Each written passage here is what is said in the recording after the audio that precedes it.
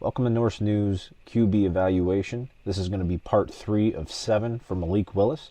With the NFL Combine starting tomorrow, I'm kind of getting really super excited about seeing what all these prospects are going to do at the QB position and see whose stock goes up and down.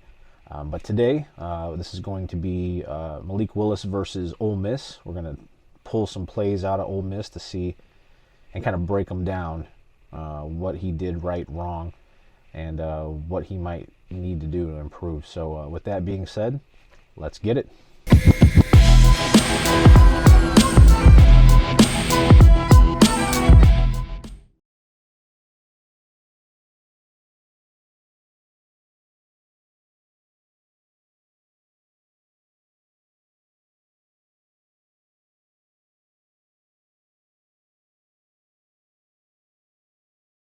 All right, first play I want to look at is early on in the first quarter. It is 1st and 10. Malik's going to take the shotgun snap, and he's going to look at his running back, and then he's going to pull away from the running back and look at his slot receiver, and then he drives the ball into a tight window. I actually really like this throw. The receiver is kind of finding that spot in the zone, but I like his ability to drive the football in between 3 defenders and get the first down. Good pass, good read. Just what you're seeing is his ability to drive the football in there with defenders surrounding him, getting pressure in his face. Mechanics on that play are what I was particularly looking at, his feet, all cleats in the ground. Just good footwork, and rips that ball. To me, it's a very pretty pass. So let's move on. Okay, on this play, Malik takes a shotgun snap. He's getting blitzed. Linebacker gets in right away. He has the ability to sidestep him, run out of the pocket, try to make something happen, but I don't like how he doesn't look downfield. Like, he's looking to run the ball and he's just surrounded. There's nowhere to go with the ball. He needs to throw the ball away. I feel like when he takes off to run, it's always to run. It's not to pass first. It's always run first. So that has to be coached out of him. If he's going to be a Patrick Mahomes type of player, a Josh Allen type of player, even Lamar Jackson, when he scrambles to pass, not to run. So I feel like for Malik to succeed, he's got to get consistent with, all right, I'm scrambling to provide more time for my receivers to get open. Let's rip it down the field. But instead, he's just always trying to make a play with his legs. And in all of these games that I'm scouting, it looks like a similar play. It's just rolling out, evading pressure, and then like he just has a brain fart, and he's not looking down the field to throw the ball. He's looking down the field, or he's looking to run the ball, and he ends up just getting sacked for a loss. Now, this particular loss wasn't but 3 yards, but sometimes he's just trying to do too much, and it's not going to kill anybody to throw the ball away, and that's just what he's got to learn. So, all right, next play. 1st and 10, 6:59 in the second quarter. I wanted to point out an athletic play by him. I mean, most people know how athletic Malik Willis is, but he, time and time again, just shows his athleticism. And I kind of wanted to not just ignore it in the videos, just because we all have a general idea of how athletic he is. But he makes the blitzing defender miss. Then he sidesteps in the pocket. Then he looks, and he gains a first down with his legs. And again, that's something that you can't coach that. I mean, that's just phenomenal athleticism.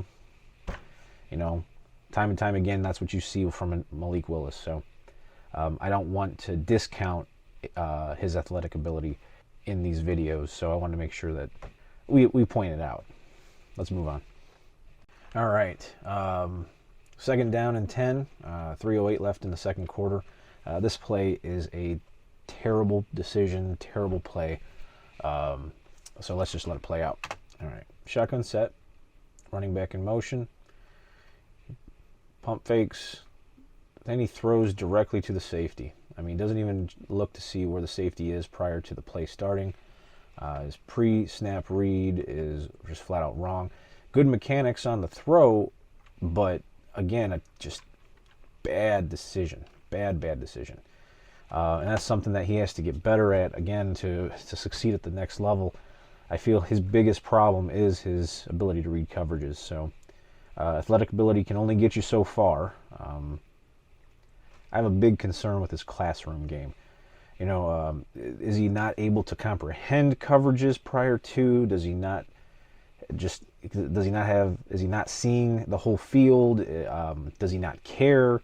All those kind of things just over these last 3 games that I've scouted, it's just popping up time and time again. So, again, just a bit of a concern. But that's something that he could definitely get better at. It just takes the right coaches to get with him. So let's move on. All right, next play, 1st and 10, 13-15 left in the third. This is just, I mean, there's very little concern when it comes to, does Malik have a strong enough arm? This is all arm talent right here. He rips that ball all the way to the other side of the field. And it's just nasty. Great throw, great catch, great accuracy, great velocity. I like seeing this. I like seeing this. It's a great throw. Let's move on. All right, this next play. So it's 2nd and 5, 2:14 left in the third quarter. He is going to have the running back open in the flat, and he's got the numbers. I don't understand why he didn't throw it to the running back initially, the way that the play was set up. And then he tries to take it himself. Now he gets the first down with his athletic ability, but again, it's like he's taking unnecessary hits. And, you know, those add up in the NFL. So he should have anticipated the throw, ripped it into the running back in the flat like he initially looked at, and then that most likely would have been a touchdown. They had the numbers. They had everybody blocked up. If everybody wins their battle, and even if not everybody does, the running back makes somebody miss, that's most likely a touchdown. And it's just little things like that, you know. Can he learn that? Yeah, of course he can learn that. It just seems like he's trying to take it upon himself all the time. And yeah, they're down 20 right now at this point in the game. But again, just I can't emphasize it enough. You gotta have like an awareness of how the game's going. You gotta have confidence in your teammates. You gotta be able to play point guard basically. And instead, he's just taking it upon himself. You know, and yeah, he gets the first down, but he doesn't get the touchdown, and there's a high probability that he would have been able to get the touchdown if he would have just passed the ball to the running back, but let's move on. All right, next play, 3rd and 4, 11 minutes, 47 seconds left in the game. Sometimes I think that I'm a little too hard on Malik, especially with plays that I'm about to show you here. So right now, you know, again, 3rd and 4, he's in the shotgun set. Let's let it play out. Wide open receiver, perfectly thrown ball, perfect mechanics, perfect timing. Receiver drops the ball. And yeah, there are some major concerns when it comes to his decision making. But like you put that in with the inability for these receivers to make big time easy catches, like come on, man, that's a jugs machine catch right there. I mean, there is nothing that he wasn't even getting blasted by the there's no excuse for dropping these passes. I mean, it's just hits him right in the hands. Right there on the outside shoulder. Man, you got to catch that. You got to help your quarterback out. He can't do it alone. He tries to do it too much, and maybe that's the reason why. But no, man, no. Catch the ball. Good pass, Malik. All right, 2nd and 7, 8:36 left in the game. Malik is tired of everybody dropping the ball, literally. But he's going to decide to take this on his own. So let's play this out. Shotgun set, RPO. takes it himself, bounces off a defender, gets the first down, keeps running after a stiff arm. Just playmaker ability. Playmaker play. That is the definition of a playmaker. We all know he's a gifted athlete. And yeah, he takes a lot more hits than he should. But his ability to be dynamic with the ball in his hand, you know, it's forgivable at times. And this particular play, you know, they're trying to come back from a 13-point deficit. It's late in the game. His receivers are dropping balls, so he makes the play himself. I mean, can't knock him for that. As a matter of fact, let's praise him. He's doing what he's got to do. Good play. Good run. Let's move on. Okay, again, late in the game, 2nd and 20. This is another play where just, Malik makes a play with his legs, but with his arm as well. This shows the kind of arm talent he has. Rips the ball 20 yards on a rope to the receiver for a first down. Late in the game when they need it the most. This is what you'll want to see out of him constantly. This is what you want to see more from him. Look down the field. Don't look to run. Great pass. Great catch. Great play. Let's move on. One major concern I have with Malik is, of course, his inability or perceived inability to read defenses prior to snap. On this play, he gets a full 3 seconds. He's going through his progressions. Nobody seems to be open up top, but he should know that he has his check down when he's getting through his reads. So let's watch it. Takes the sack. Nobody's really open on the play up top, but you need to be able to see your check down. If he would have kind of known that, okay, nobody's open up there, let's check it down, he wouldn't have got sacked. And that's just, that'll come probably with experience and good coaching. So this isn't like a make or break play for Malik for me. So it's just another thing, like the mental game for him is slow. So, let's move on. All right, I want to end this evaluation with a positive play. All right, it's 2nd and 4. 1:54 left in the game, down by 13. They're trying to get in the end zone so they can tie this game up. He throws. I absolutely love this throw. Now, again, the defense is playing kind of a shell defense, trying to make sure that they stay in bounds, don't give anything big up, like a soft zone coverage, if you will. And the receiver is wide open. Malik recognizes that he's wide open, and then he just flat out throws another piss missile for 25 yards on a rope straight to the receiver. That's phenomenal arm talent. Love the throw, love the mechanics, love the footwork. Just rips that.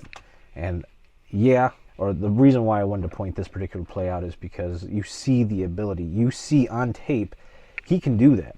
Now he's just got to be able to anticipate those throws when there's tighter coverage. So I love what I see from Malik, and then I hate what I see from Malik at times. So yeah, we're going to end this scouting session on Malik versus Ole Miss. Let's throw up the grades for this game only. And again, there's a lot of potential. There's a lot of him being very raw. Where Malik lands in the draft is going to directly impact how he is able to perform at the next level. It's not so much that he's not going to be carrying the team initially. The team's going to have to carry him. He's going to have to go to a good place, a good organization with a good coaching staff backed up. Like, I think about the way he throws, the way he looks. He looks a lot like Justin Fields from last year coming out. Now, when he got drafted by the Bears, that probably could have been one of the worst places he could have been drafted as far as the coaching staff, because there's been no signs of the coaching staff being able to progress any kind of quarterback play with the Bears. Now, of course, that can all change this year, considering the fact there's a whole new coaching staff and everything with the Bears specifically. So Justin Fields could turn into something special. And that same thing kind of goes for Malik, whereas If he gets into a class act organization with great coaches, specifically on the offensive side of the ball, of course, then you could see Malik have early success as far as team wins. And then 2-3 years down the road, you could start seeing him kind of carry the team if he actually wants to put in the work, put in the time. There's a lot of potential, a lot to like with Malik Willis. Everybody sits here and says that this class is just isn't that great. And while you can say that this class isn't that great, again, I haven't scouted everybody yet, so I'll figure that out myself. But for those that say that, these quarterbacks are going to go towards the end of the first round or second round or anything like that, just watching 3 games on Malik, if this is the norm, there's too much potential there for him not to go top 15. Way too much potential there. So, yeah, he's inconsistent as all hell, but put him with the right coaching staff. Put him with a good coaching staff. With reading defenses, with him learning how to be a pro and putting in the time and effort to make sure he understands the offensive schemes and what they're trying to do prior to the snap, and then just going out and executing the play. So yeah, I hope you guys like part 3 of 7 on Malik Willis. I'm going to be looking to put out part 4 and 5 over the next few days here with the scouting combine coming up, so be sure to be on the lookout for that. If you guys missed parts 1 and 2, I'll make sure to leave a link in the description below. And until next time, Skål, my brothers and sisters.